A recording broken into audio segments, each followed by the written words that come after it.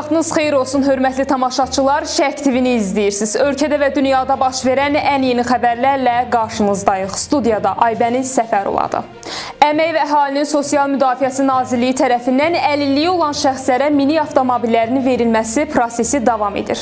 Nazirlər Kabinetinin 2020-ci il 18 dekabr tarixli qərarına əsasən bu imtiyazdan ölkənin ərazi bütövlüyü və müstəqilliyinin müdafiəsi ilə əlaqədar əlilliyi müəyyən edilmiş şəxslər, 20 yanvar hadisələri və Çernobıl qəzası nəticəsində əlillik alanlar, eləcə də hərbi xidmət zamanı əlillik qazanan şəxslər yararlana bilərlər. Qərara əsasən avtomobillər Sosial Xidmətlər Agentliyi tərəfindən növbəlik əsasında təqdim olunur. Qanunvericiliyə görə bu avtomobillər satıla və ya bağışlana bilməz, lakin onu idarə etmək hüququ yalnız həmin şəxsin özü və ya eyni ünvanda yaşayan ailə üzvünə verilə bilər.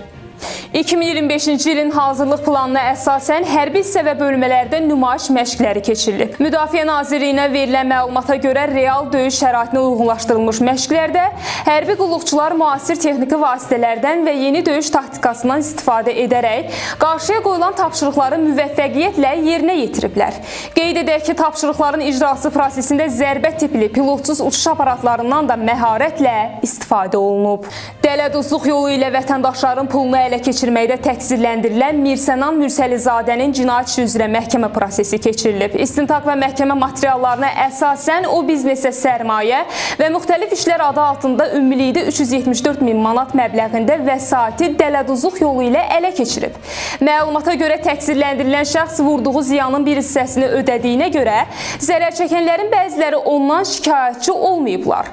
Məhkəmənin qərarı ilə Mirsənan Mürsəlizadə 6 il 6 ay müddətinə azadlıqdan məhrum edilib.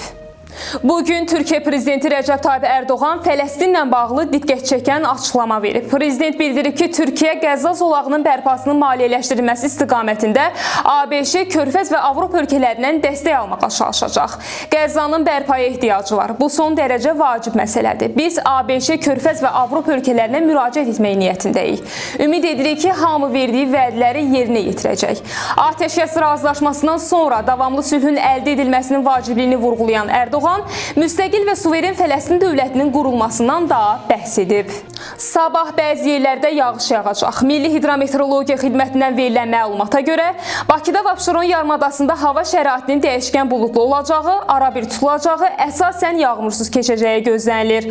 Lakin axşam bəzi yerlərdə yağış yağacağı ehtimalı var. Havanın temperaturu gecə 14-17, gündüz 20-23 dərəcə isti olacaq. Rayonlarda isə hava şəraitinin əsasən yağmursuz keçəcəyi, lakin gündüz bəzi şərq rayonlarında qısa müddətli yağış yağacağı, şimşək çaxacağı gözlənilir. Havanın temperaturu gecə 9-13, gündüz 19-24 dərəcə isti olacaq.